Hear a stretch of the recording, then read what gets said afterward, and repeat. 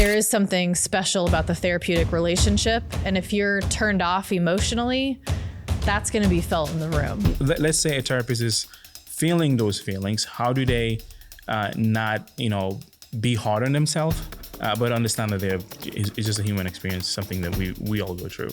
I was told this by my mentor. There's like, if you don't take care of you, you won't be in this for the long haul.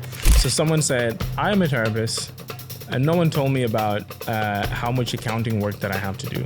What tools are you guys using? Yeah, so we use the EHR software, SimplePractice, which has some of those budgeting tools. And then I have spreadsheets, and then I also have a really great accountant. The documentation is part of the necessity of proving that it's medically necessary in the insurance field. And so it's just part of the process, but it's also like, it helps you stay straight on, if I saw this many clients and I can't keep their conversations separate, then like what value are you adding? Or how do you know where to follow up? Or how do you know what goals they're pursuing if you're not having a level of documentation for them and for you? How do you feel about AI therapists? Massage therapy wasn't replaced by massage chairs, right? It helps some people, right? Some people buy them and then they still go get massages.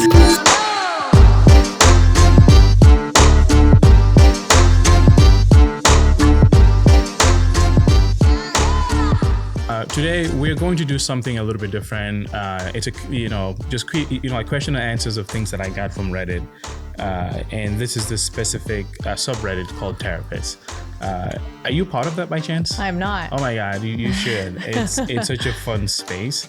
It sounds very interesting. Everyone is like anonymous, so it's like you can go in and just share and rant and just have a community to like talk to. So, but some of the questions that I got is someone asking, basically saying that her clients doubt her due to her age. She's 24. Okay. And then she goes and saying, "Hi all, I'm 24."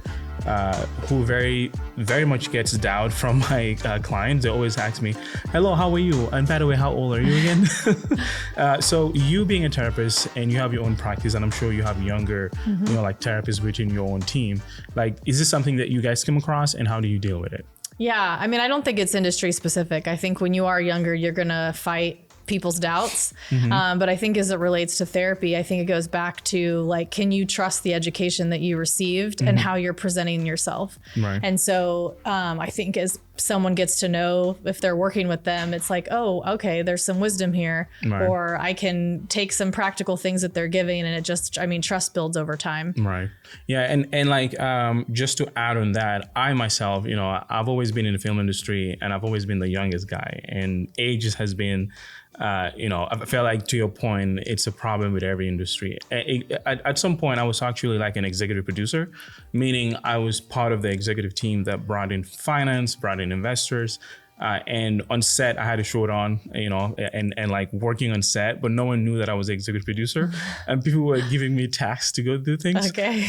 Because, and again, I was the youngest person on set too. But not to take away from the current topic, which is like just being a therapist and having to deal with that all the time. I can only tell how stressful that is in my own experience. But another theme that I noticed on this, subreddit is like loneliness among therapists. And even them joining the community is like one of the ways that they come and rant. Yeah. In your own realm, in your own practice, how do you guys go about it? And the specific question is like, hey, I struggle with loneliness a lot, and you guys keep me going in this club.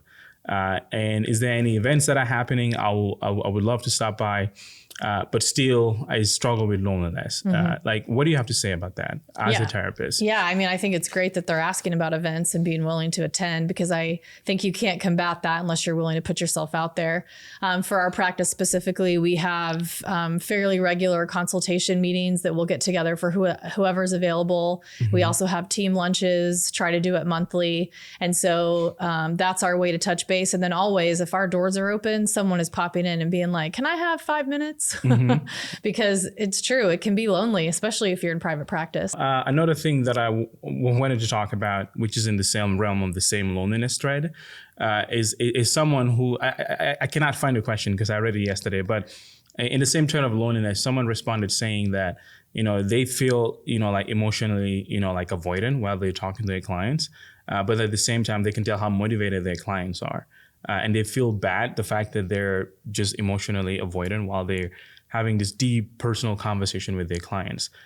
because again, in the same realm of loneliness, they feel alone trying to help someone else. But like, how can someone combat that as a therapist? Because I know how hard it is to have to listen to stories over and over again, which the fact that you guys do it just blows my mind. Like, I want to go and sit down 8 hours a day and like listen to people's story and then trying to help them navigate, all of those different facets of, things that happen in their life. Yeah. So when, let's say a therapist is feeling those feelings, how do they not, be hard on themselves, but understand that it's just a human experience, something that we all go through? Yeah, I would look up different things for compassion fatigue, and then also make sure that they're engaging in activities that literally refuel them, because it is like, you can't draw from an empty tank. And at some point, if you continue to do that, it's going to feel inauthentic. And then it's going to go back to like, there is something special about the therapeutic relationship. And if you're turned off emotionally, that's going to be felt in the room. And so really? You can have great skills that you're passing on, but I do believe there is something that's, again, just special about it. And so if you're not all there, I think it will impact the session. Yeah. Wow. That just brought up so many, like different questions in my head. Cause in my own field, especially the film industry, advertising, whatever, one of the things that we try to do is like to put our identity in the things that we do. But it sounds like when it comes to that, special, experience that you guys have with your clients, it sounds like some part of yourself have to be in that process. Oh yeah. But like, how is that, I guess, okay, on the therapist, themselves, to make sure that they don't get lost in that? Sure. Because someone's story can easily become yours. Which I found out as a married individual. Things that are happening in my wife's life, I tend to get so involved, and then she moves on, and I'm just like, so what exactly did Kathy do again? Like, did you figure it out? And she's like, wait, I'm already over that. It's like, stop telling me things, because I get lost in that. But as a therapist, like, how can they basically take themselves out of the situation, but not feel that feeling of like, they're avoiding, the entire session emotionally, just trying to, like protect themselves. Cause it's like, it's different in healthcare, because doctors can come in, they're very emotionally dry. They just come in and tell you what they have to say and move on. But as a therapist, it's different. You have to be involved. You have to be part of the process. Yeah. And you feel like you're married to it, but there's a cost to that as well. So in your own experience, what does that look like for a therapist who find themselves in that situation where they're emotionally avoidant, but they want to help the individual, the client is motivated, but they feel lonely? Yeah. Well, I mean, I think it comes down to boundaries. So like, you can't have transference or countertransference and not be aware of boundaries in the room. And so it's, yes, your essence, if you will, needs to be as good as it can be, which is why the activities of refueling is so important. But also there is a line, because we can't get drawn into every story, because we do have to go on to the next one and the next one and the next one, and we don't control their outcomes. But there is something about, I think, of just how you show up in the space and how you witness whatever they're sharing. And that's, again, I was told this by my mentor, that is like, if you don't take care of you, you won't be in this for the long haul. Right. Yeah, that's facts though. Cause like, for me, and I'm saying for me, cause I don't have the, the responsibility of hearing all the stories every day, because all I do is just edit stories. But like, in my own experience, I try to like, I feel like I am involved in everything that I do. I care about it, but I don't put my identity into it. Yeah. Like my identity is that, I am Abraham. And Abraham does all of these different things. Right. Yes. So whenever I take the fedora off, I go home, let my hair out. I'm just Abraham who likes to watch anime and love Japanese culture. I want to go there someday. But when it comes to my work, I don't put my identity in that, which helps me, make sure that I don't like get lost in the process, because I can easily get lost in that.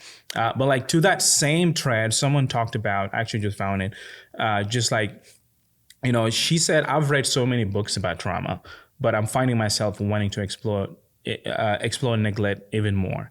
How does neglect plays in that same scenario of loneliness and like emotional avoidance?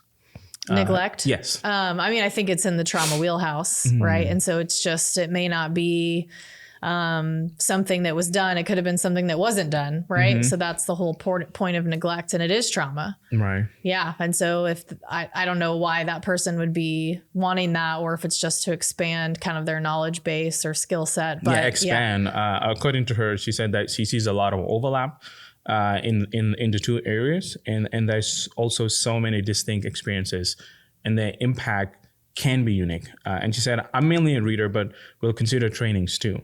What does that training look like? Just in your own experience as a therapist. And again, this is all in the same thread of them just talking about loneliness and emotional avoidance. Maybe think about trainings on attachment styles, because different attachment styles could lead to why someone was more neglectful. I don't know of any specific trainings specifically about neglect. I'm sure they exist, but I don't know off the top of my head. But I would lean more into attachment. Yeah. And another question that I kept seeing, I don't know how you feel about talking about this, but it's like, should therapists talk about, politics?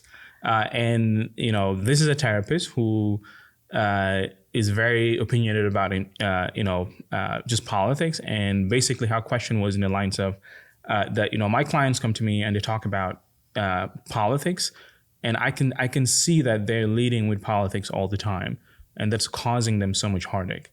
I want to chime in, but I know I am very, I'm also very opinionated with my own beliefs in policy and politics.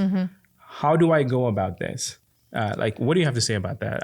Because we're all humans, we all have our own beliefs. Yep. And when it comes to politics, they can be very, very exacerbated. So how do we make sure that we can talk to clients to make sure that I'm like, I'm the therapist. How do you guys make sure that you can help talk to clients naturally, or are you even allowed to talk about that? Yeah. So I think it all goes back to everything should be allowed in the room. It's regardless of where they're coming in politically and how it stands versus you, that conversation shouldn't happen. Right.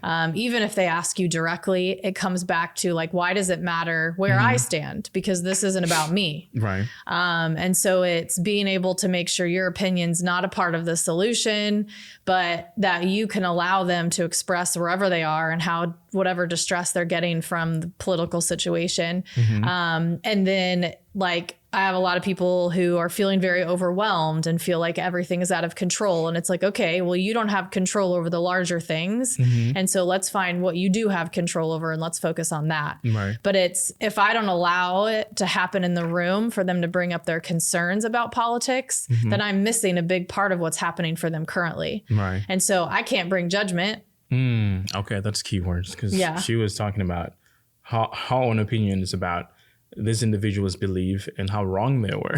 Sure. So a good thing she didn't bring it up. Yeah. And you can have those feelings after, but not during. Not during. You're like, all right, well, the session is done. Now you're wrong. Okay, cool. So the next question is, my client asked me out on a date, and she said, and then she goes on, let me start here. I'm not going on a date with him, full stop.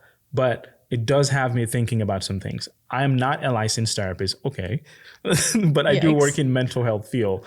I work as an agent. I work for an agency that provides many types of mental health services. My job is a tech skills that may be helpful, kind of like me. Some mental health skills and practical life skills. I do not provide any counseling, though sometimes clients do tell me deeply personal things. How do I deal with all of this? And also, how do you guys handle being asked out by your clients? I would say, I guess for the first part of it is like, if you're in a power dynamic situation where whether you're in an official place of offering guidance or, solutions or whatever, if there's any sort of a power dynamic, like those lines and boundaries and ethical, all the things are there for a reason, because they're there to protect the person who is not in power. Right. If you're in a technical side where I don't know why they'd be sharing these things, I guess I don't know the full parameters of it. I don't know if that changes it, but I would assume that there's some level of power because she works there. Yeah. And that person is receiving some sort of service. And so it's off the table. But if it's in a direct therapeutic, like I'm in this power dynamic and this person is having feelings, that's transference. And so it's okay. I need to now say like no judgment, no like embarrassment, no shame, but also there are feelings that are crossing what we're doing. And so then it's about how to move them to someone else, because you can speak it and say like, well, that's not going to happen and try to move forward. But there's something happening deeper for that person. Right. And it's like in respect of like, hey, let's get you to someone whom that's not in your way. Right. Oh, okay. Well, I can relate to that too. Even in my industry in film, I was actually part of a project where we had to cancel the whole project because the executive producer was sleeping with the lead role. And the film was about just trauma and like all these heavy stories. So we had to scrap the whole film. Wow. And imagine we had like almost 60 plus people, probably more than that, because we have the post-production editors and all that. We're working on this project. But the fact that that happened, it kind of violated the entire concept of the project. And we had to scrap it. And it was like one of my best works. So I was so sad. I was like, no, why did you guys have to do this, guys? Just wait after, go do your thing, but not while we're working on this. But like someone responded to that same thread and just said, I hear you. I'm currently going through the same thing. I'm trying to figure out how can I support my client who is chronically unfaithful to their partners. And she goes on saying, I've noticed that I tend to get a lot of these clients, who can't seem to stop themselves from cheating on their partners. They don't want to hurt their partner, yet the infidelity just happens over and over again. They hate that they keep doing this, want to stop, and still the problem persists. I typically ask about what lead up to the incidents, plural, of infidelity and what their relationship with their partner is like. And then she goes on and says, should I fire this client? Should I move on? Should I let the wife know? Probably not. And I need some help because I feel wrong helping my client. What do you have to say about that? Yeah, I think they should see someone about sex addiction. Yeah. So and there are people who specialize in that. Okay. Yeah. So, but like, what does the process look like? She's a relatively newer therapist. Okay. She said she's 23, female. Been in the industry for a year, and she's been having clients like this. It's meaning all of our clients are apparently struggling with that.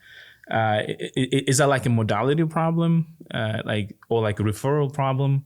I don't think it'd be modality. I'd question like what's the larger place that she's working at? Like, is it just her? I'm assuming if she's a year in, she's under supervision, and so these conversations should be happening with her supervisor. But like, I don't, something about referrals or maybe location, or I'm not sure. That would be, I don't know if she's at a practice where they specialize in some of that. And so they're just being funneled to her. Gotcha. But I would definitely, if she wants to get trained in sex addiction, she could, and that way she could have more practical things to be able to offer to those clients. But it sounds like she's struggling kind of with her own ethical and moral standards as part of it. And so it might not be the right fit for her. Right. So the next question in the same question about infidelity and whatnot, someone says, would you share your feelings? That's the title. And she said, I'm a psychotherapist in a PP group, and I've recently observed a shift in my colleagues' behavior towards me. They seem to be avoiding interactions that were once routine. And I've noticed they hold private meetings from which I am excluded. When I happen to walk by their offices, they are all chatting. Their demeanor changes, often becoming suspicious or anxious upon seeing me. Being the only Hispanic gay male in this practice adds to my feelings of isolation. How would you approach this situation? And again, this is in the context of them feeling isolated in their own practice. I know you own a practice and you have a bunch of therapists within your practice. How would you help this individual? Maybe it could be just they're just not speaking up. Maybe it could be what they're saying is actually real. But like, how would they navigate that? And how would you approach the situation? Yeah, I would encourage them, if there's anyone in that group that they have felt more connected to, I would pull them aside.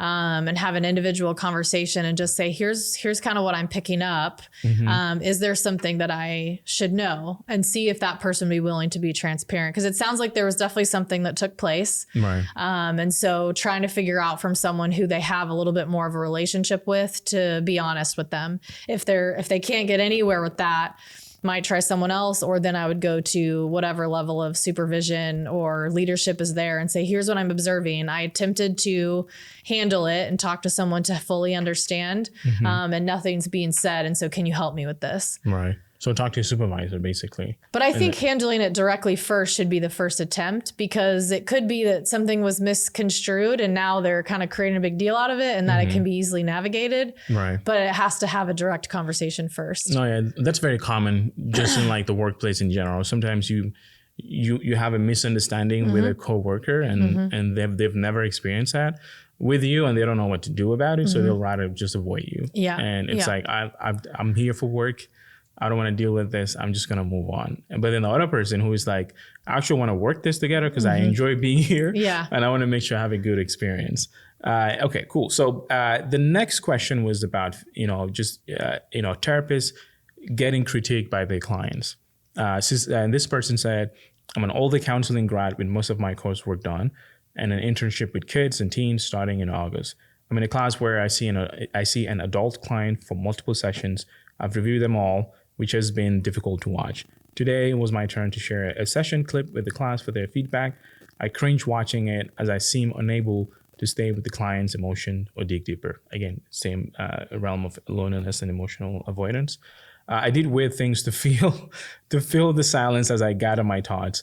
Overall, I had a malfunction robot quality. My classmate pointed out that many missed opportunities and unhelpful habits, which was helpful. And what the exercise is for, but it was painful. There was also no positive feedback, which hasn't been the case for any of my classmates. And then she goes on saying, is it normal? Is it going to feel this bad for a while? What was this learning curve like for you with your first, second clients? Yeah, I would say when you're new, you're going to be more in your head and you're going to try and stay in kind of the box that you were taught. And I think it's only with experience, which I think is why those internships are helpful, is that you then get to feel, okay, how do I sit? How do I feel comfortable in this space? How do I deal with like where they sit in comparison to me? And if they're showing emotion and what they're talking about. And it sounds like she could be like, I have to have all the answers. And then she's more in her head about what if I don't have all the answers? And so she's stuck with spiraling thoughts herself. Right. And so it's figuring out, again, just their experience of like, okay, how can I be present in this space? It's not my responsibility to fix this person. Even if they project that onto you, it's still not our responsibility. It's your life. Right. And so it's being able to say, okay, where's my line here? How do I show up here? How do I create the space for them? And then also, what are some of the ways that I can guide and give practical things? But you only get that with experience. Right. That's true. And all right. So the next question is, why is everyone obsessed with AI therapists? I'm a therapist and I know a lot of therapists that are obsessed with it and I can't wrap my head around it. How do you guys feel about this? I guess, how do you feel about AI therapists, which has been a huge conversation on LinkedIn lately? I mean, it's going to happen, but also, like I said, I think there's something special about the therapeutic relationship that happens. And so you can't like mirror that with someone who's not real. And so like they could offer great suggestions, they could offer wonderful encouragement, and some people will find value in that, and that's wonderful. But there are other people who are like, yeah, I kind of heard that before, but I actually need what happens in the healing space. Right. And so I think I've said this on previous podcasts too, like massage therapy wasn't replaced by massage chairs. Right. It helps some people, right? Some people buy them and then they still go get massages. No, yeah. I actually had a massage chair. I had a guest here who was talking about sleep. And then we found out that I'm just buying all these things, but then I don't even leverage them because I have this Casper mattress that I got. But then still, most of the time I'm sleeping on the couch because I work on my computer a lot. And then I still feel the pain, but it's like the first month of laying on it, it's so cool, but it's not even the right mattress for me. So to your point, a massage therapist, simply because they invented the massage chair doesn't mean that it's going to replace. Right. I'm going to steal that for whenever I find myself in a situation. Be like, by the way, massage chairs has not replaced massage therapists. But think about like why people still go to spas, right? Like it's for the experience, and the same reason of why you go in-person therapy or even virtual therapy is for the experience. Right. It's not just for great advice. Yeah. Yeah. Because AI, it just gives you whatever and he's very biased because my wife likes to use AI therapy. And then, she would like, see, and I'm just like, I think you're becoming a narcissist with this type. It's like, I don't say that, but in my head, I was like, hopefully she doesn't watch this. But anyway, again, back to like the replacement that people are afraid of. But I feel like that's very like kind of like reassuring and gives people a different perspective to like see this as just a feature, not like an entire process that's going to flip the entire industry. It's just going to help people just maybe book, like sessions better, or like maybe like have better notes, or maybe help you on the admin side, but not like change the whole industry overnight. Because therapy, I feel like it's been around for a long time. It's just that now it became so formal. But even back in Africa, like when you were dealing with things, you go to something called the Bantaba. It's like it's like a community where all these elders would just hang out, and they look so like mythical. They have all this different colorful outfit. That sounds awesome. I know, and they always sit on the Bantaba. It's like a chair underneath like a baobab tree. Okay. And then they just chill there, and then with their chewing stick, and you come and talk to them, and they're so welcoming. I want to go to that. It's very common in Gambia and like Senegal, especially on the west side going to Mali. They're very known for, they just chill there. That's so and people cool. bring them food and they don't pay any bills, but they just chill there and they offer the best advice. So I feel like therapy has been around for a very long time and it's going to be around for a very long time.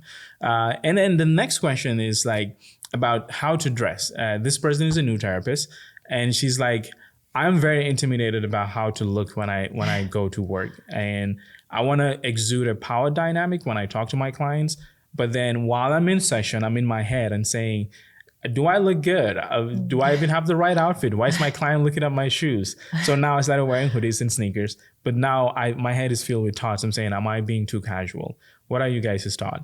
What do you think about that as someone who works a lot of other therapists? Yeah, I honestly think it'll probably vary from therapist to therapist. I know for me personally, I enjoy looking more business casual. And so I will dress that way in sessions.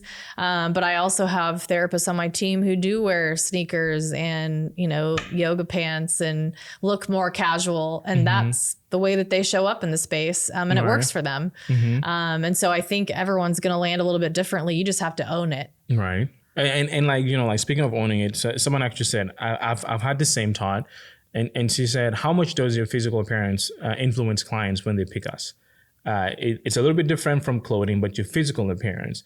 And then she said, with platforms like Psychology Today, feeling like we're branding ourselves, I'm curious how many clients will specifically pick a therapist based on age or physical appearance, perhaps over the years of experience. What are you guys' thoughts? We kind of talked about this in the beginning. I don't know if you want to talk about that. I mean, I think it happens, right? Yeah. Like you look at somebody and you take a snap judgment of like what they look like, how old they look, like what their experience looks like. And like on our social media pages, sometimes they'll be like, oh, that person looks too young to give me good advice. Right. And it's like, okay, well, you're going to get that in every industry. And if you choose not to, okay, you could be missing out on a great opportunity. Right. But there's, again, older therapists they can go to as well. Right. Yeah. I mean, ageism is just in every industry, even in film. I still go through this, unfortunately. I always get boxed into a box. And then when I show up and then they're like, they don't know what to do with me. And then they're like, oh, wow. Okay, well, cool. You don't do this. Oh, I'm just like, whatever. But the next question, I just had it here. Okay, she said, is it unprofessional? Actually, it's a he, sorry. He said he, him. He said, is it unprofessional to cancel a new client before the first session? What are you guys' thoughts about that? Yeah, that's a tough one. I would say...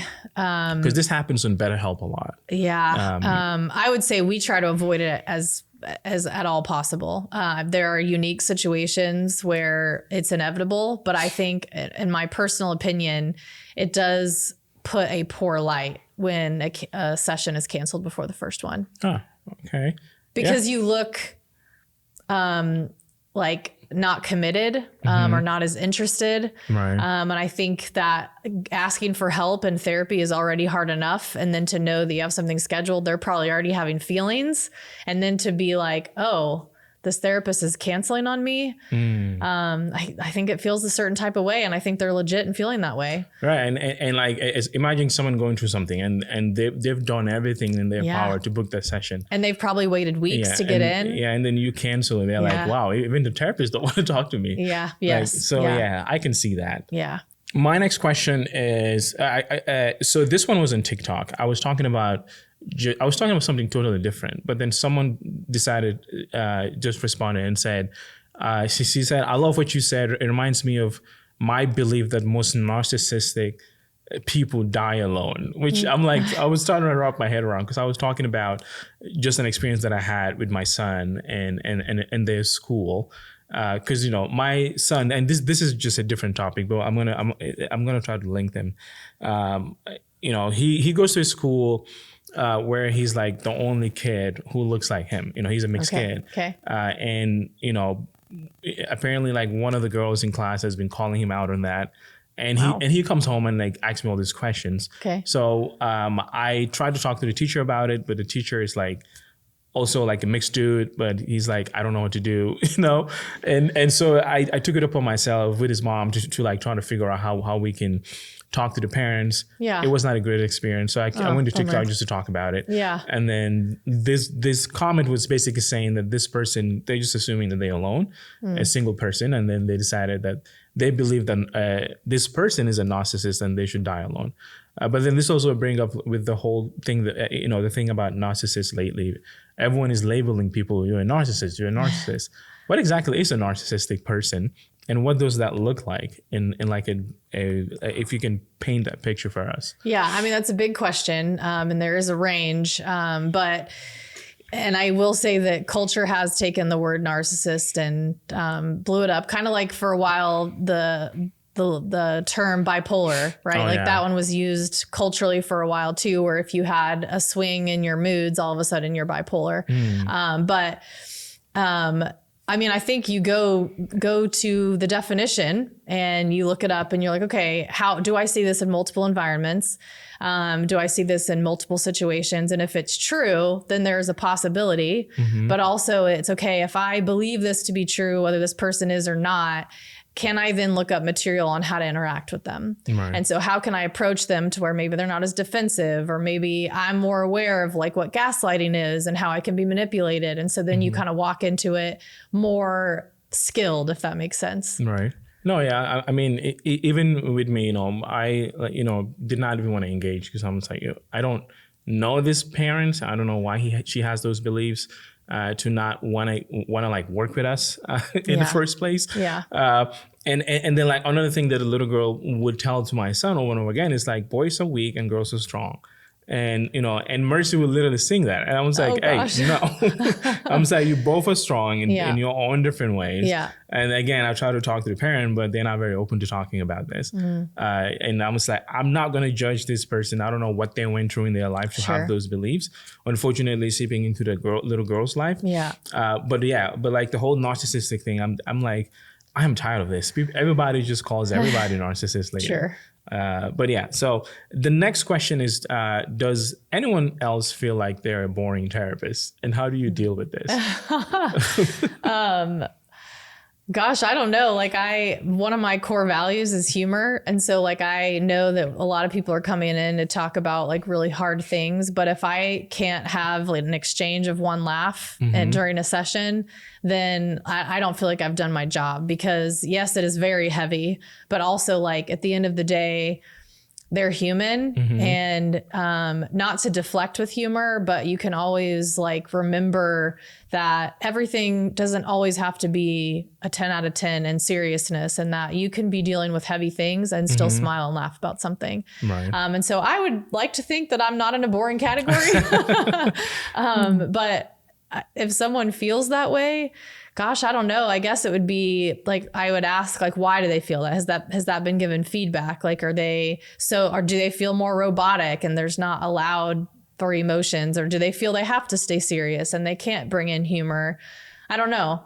I mean, for me, in my own experience, I don't think I'm boring at all. I feel like we all think that, but I did comedy and everybody was laughing. So to me, that was like good. If I can make a whole room laugh, I'm not even a comedian, then I think I'm not boring. But in the context of a therapist, I mean, that's why I'm not a therapist, because I'll probably just end up roasting people, but like in a very healthy way. Sure. Because that's just my personality, and I don't think I like deflect or anything, but sometimes I relate to people by roasting them. I don't know whether that's an okay thing, but it seemed to be working for like a lot of people. They will say something and I roast them, but then it's like a very healthy roast where I'm just taking something they said and then bringing the joy out of it in order to talk to them about it. Because sometimes it can be very hard to talk to someone and you feel like you're not going anywhere, but they like, it's kind of like you were just validating that pain over and over again. And it's like, but like, what can we do about it? Like, is that something, healthy to have, or am I just here just roasting people? I mean, I think if you have that type of relationship with someone, right? Like people like to tease and they like to kind of kid each other, which I think is all good. It's just, has it ever crossed a line where it feels offensive, or have you ever talked to them and say like, please be sure to tell me if I take this too far, and just kind of being aware of like, does it feel like they withdraw, or do they feel like they lean in and they're in it with you? And so it's just kind of paying attention to the signals they give you. Right. Cool. And so I have two more questions. These are more so on like a practical running business. So someone said, I am a therapist and no one told me about how much accounting work that I have to do. What tools are you guys using?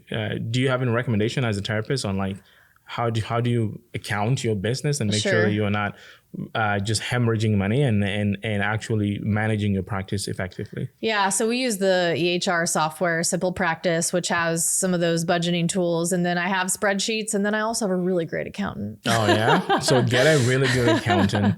And also, I guess SimplePractice is one of the tools that you guys use. Yep. Okay, cool.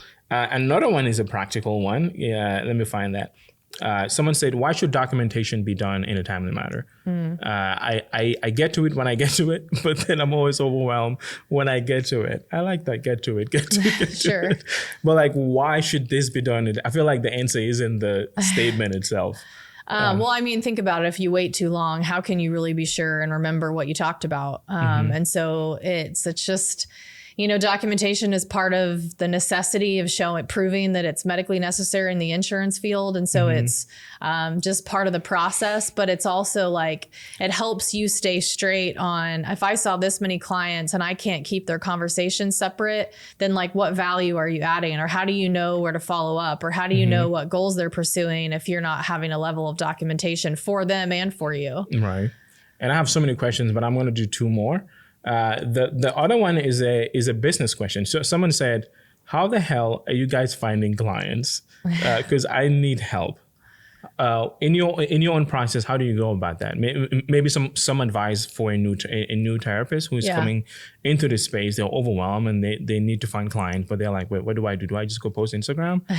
Do I have a Psychology Today profile? Like what should I do to make sure that I can have a healthy client list? Yeah, I'd say first thing, don't compare yourself to someone who's been in it for years, because you're going to get that comparison piece that's like, oh, I wish I was there, but they had to start somewhere too. I would say definitely build a website and focus on SEO, so search engine optimization. I think that's important. And then find a niche that you can talk about and allow your voice to be a part of what's happening on social media, and know that it takes time. Right. Go to networking events, put yourself out there, don't hide. You could definitely have a Psychology Today profile, maybe get some advice on what the best wording is, or if you know other people who have it and they are getting good results, ask them what kind of language they use. But it's just being willing to be multifaceted. Right. Are there any like conferences that you go to, or like networking events that you go to as a therapist that can help you with that? I am not there anymore to where I go to a lot of networking events. I probably should, but in the beginning it was just more industry specific. So on different Facebook pages where they'd have different like happy hours or get-togethers for other therapists, I would show up to them. I go to various trainings But yeah, like if I'm wanting to, finish this book I'm trying to write, I probably do need to hide less and be more public, but there we are. Well, I look forward to talking about the book because I love the title. I'm honored that I get to know about it. But yeah, so the final question, this one is my favorite and I kept it for last. Okay. Someone said, where are you guys looking while your client is crying? She said, I know it's a weird question, but I was wondering that today. Figured I would ask around.